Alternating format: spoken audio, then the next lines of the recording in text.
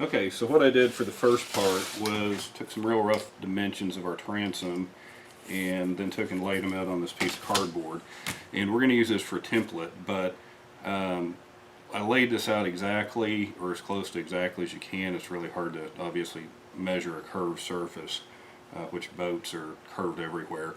So what we're going to do is take this and cut it out, but we're actually going to cut it out undersized. And then what we're going to do is tape it to the back of the transom, and then basically cut some narrow strips and hot glue them and align the narrow strips exactly with the edges inside the boat to give us an exact pattern of the transom. I just found it's a lot easier to do that than try to cut out the piece exactly, because you never quite get it right.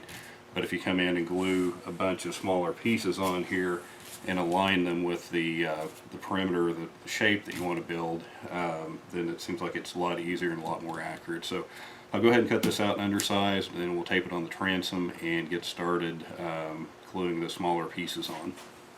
Okay, it took about an hour altogether, but now we have a pattern that basically represents our transom.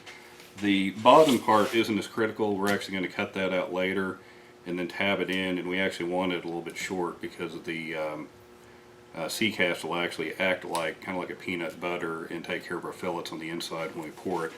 The more important part was across the top.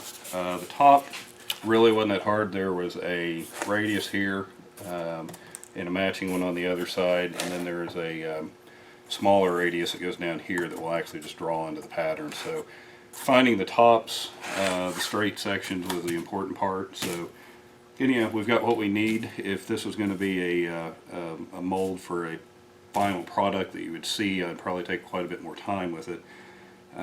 But being the fact that once you put the engine in and everything back together, you're hardly going to see any of it. It needs to be more functional more than anything. So that's kind of what we're shooting for here. So next step is to build our pattern, or actually our plug, which will be the positive image of the transom, and we're going to do that with MDF. You could do it out of a lot of things, but I just happen to have some laying around. So we'll get started on that next.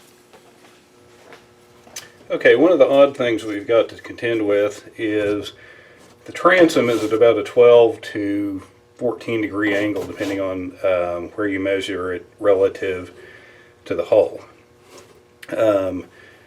These places where we're tying in on the top are also at that same angle. So if we put in a square cut and line it up here, all of a sudden now our tabbing's not going to tie in parallel. And I really want the tabbing to tie in parallel.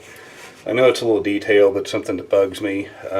So what we're going to end up doing on our form piece is creating this 12 to 13 degree cut so that everything ties in nice and parallel and we don't have any bends in it, at least in this location.